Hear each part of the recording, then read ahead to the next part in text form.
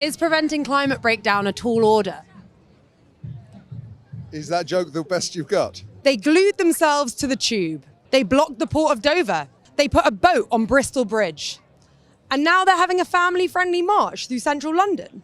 I'm at the big one, Extinction Rebellion's 4-day protest and its first major action to not be disruptive. Today, I'm hoping to speak to a bunch of people to figure out whether XR's pivot to peacefulness has paid off. You simply cannot deal with this now incredibly urgent and destructive crisis without a massive redistribution of wealth and power. Wealth in the sense that obviously you've got to stop those massive impacts of the wealthy, but power also because the wealthy have far too much control over government via the media, via the ability of corporate money to flow wherever it wants to and to play all the governments off against each other, etc.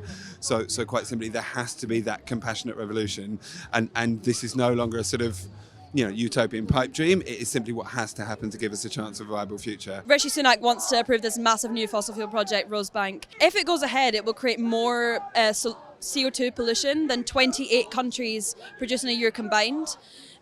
Which is just completely scandalous. And I think, we're hearing like the UK government saying, it's all about energy security and lowering bills. But it's just complete nonsense, frankly, because investing in renewables is cheaper currently than investing in oil and gas. In fact, the UK government is actually subsidising Rosebank to the tune of £3.75 billion straight into Equinor's pockets for going ahead with this field, when we're being told again and again and again by climate scientists, even the chief of the UN himself, that we can't have any new fossil fuel projects.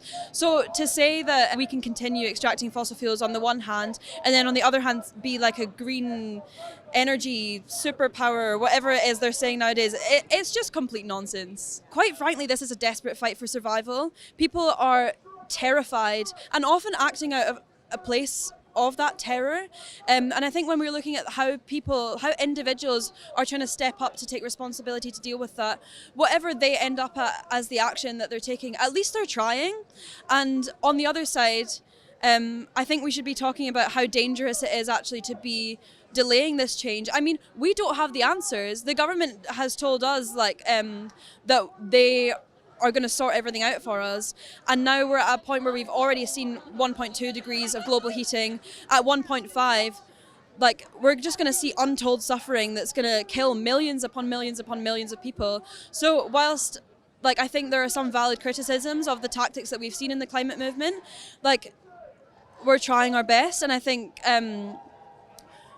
we shouldn't even have to do this. Government should just stop new fossil fuel projects. You need to be able to build solidarity across differences. You need to bring in people who you normally don't reach out to. We have a lot of the converted, so to speak. We have a lot of the choir, so to speak. A lot of people who believe in the causes are already with us. Now we need to bring along people who believe in the causes, but are reticent a bit about the cause that we're taking, which is disruptive action. With this pivot, with this change to non-disruptive action, I think we will attract a lot of people, and particularly, I should say, a lot of people like me. When you say people like you, what do you mean? I'm blackity black. I'm open black. A lot of black and brown people. Basically, we need to get. Not just a lot of black and brown people, but people who see disruption as an attack on their personal lives. We need to bring them all together.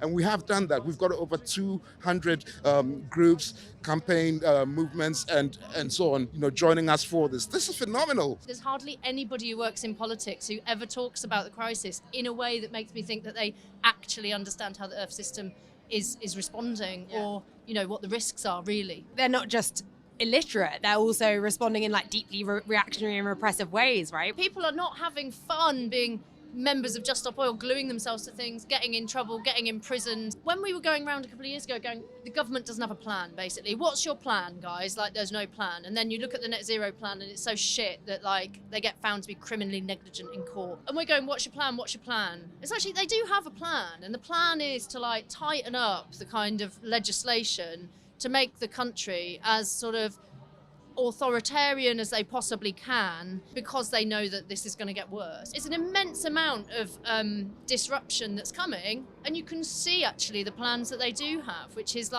let's crack down on freedom of speech, let's crack down on the right to protest, let's crack down on people that try to enter the country and seek refuge, and all of it comes with a big smear campaign in the press alongside this sort of aggressive legislation. And as far as I can tell, that is the government's plan for how to deal with the climate crisis as it unfolds. And if people think it's bad now that Morgan and Marcus, our friends, I felt sick yesterday when I heard about their sentence. If people think that's bad, that is what the PCSC bill has facilitated. But all of the most toxic parts of that bill that originally got taken out by the House of Lords have been put back into a new bill, and they've... The public order bill. Yeah, and the public order bill is coming. So, in a way, what I want to say about this moment is not only is that a shocking and disgusting level of sentencing for people who've already done about 6 months on remand anyway, but it's the worst is definitely still yet to come. There are many people to blame, I think, for the climate crisis, but the two most obvious cases at the moment are the government for failing to show that this is an urgent crisis that requires a massive social, economic, political response. They showed in COVID that if you tell people this is really serious, you need to stay at home, you need to change your lives massively in the case of COVID, people would listen, they'll do it, and they'll take it seriously. They'll talk about it, they'll change their behaviour. But with the climate crisis, they're just not doing that. So there's a real sense in which people are feeling it can't be as bad, everything will be okay, because the government are failing to lead from the front. And the media are failing to publish the information necessary to get people to realise that for themselves. Why do you think the media is so hostile to climate activism? I think if you look at the people who own the media and their interests and who they know, who their children go to school with, who they're friends with, I think it's quite clear that they share the same interests as the oil companies, as the government. So they're not making that case. And I think it's pretty clear to see why.